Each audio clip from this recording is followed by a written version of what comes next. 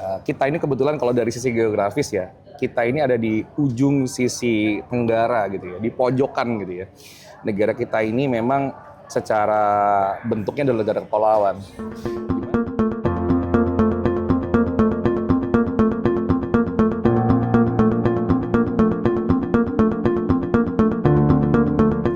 Halo sahabat Inti, kembali lagi di Inti Talk bersama saya Nur Nadia Islamiyah. Sesi kali ini kita akan membahas mengenai cloud dan data center yang akan disampaikan oleh Bapak Randy selaku Chairman ACI. Baik Bapak, selamat datang di Inti Halo, Talk. selamat datang. Terima kasih juga. Boleh Bapak sapa-sapa dulu sahabat Hai. Inti? Halo sahabat Inti, saya Randy dari ACHI. Baik Bapak, bagaimana Pak peran dunia usaha dalam mendorong standar penggunaan data center nasional terkait kedaulatan data? Oke, jadi mungkin kita bertanya mengenai bagaimana caranya agar dunia usaha itu mau menggunakan data center nasional yang standar dan juga mendukung kedaulatan data. Kira-kira gitu ya Mbak ya? Oke, jadi sebenarnya gini Mbak, dulu kita ngomong flashback ya, data kita itu adanya dulu di US. Data kita tuh adanya dulu di US. Mungkin kita ngomong sebelum tahun 2005, 2006, 2007, 2008 tuh internet tuh masih di sana semua pusat datanya.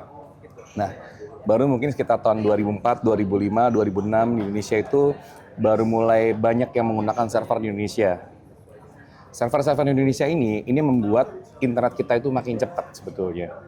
Jadi kalau memang pengguna dunia usaha terutama gitu ya, yang memang mereka meletakkan datanya itu di data center Indonesia, itu akan bikin internet kita tuh makin lama makin murah.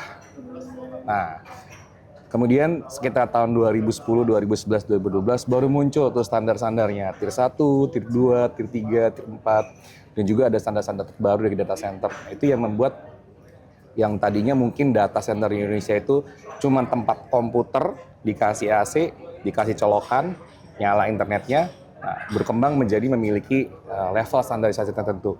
Di mana biasanya enforcement seperti ini itu biasanya dimulai dari kayak bank. Bank minimal harus ada standar minimal di tier 3. Atau kalau enggak, sekarang udah ada tier 4 di Indonesia, beberapa data center. Nah, itu juga bikin kondisinya itu kita memiliki standar yang lebih tinggi.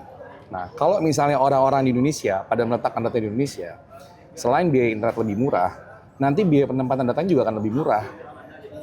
Nah, dari situ kita bisa bilang bahwa emang Indonesia memiliki kedaulatan data. Kedaulatan data ini apa sebenarnya gitu? Satu, diletakkan di Indonesia. Kedua, dalam wilayah hukum Indonesia. Jadi selain data itu dilindungi oleh hukum, pengaksesan penegakan hukum juga akan lebih mudah.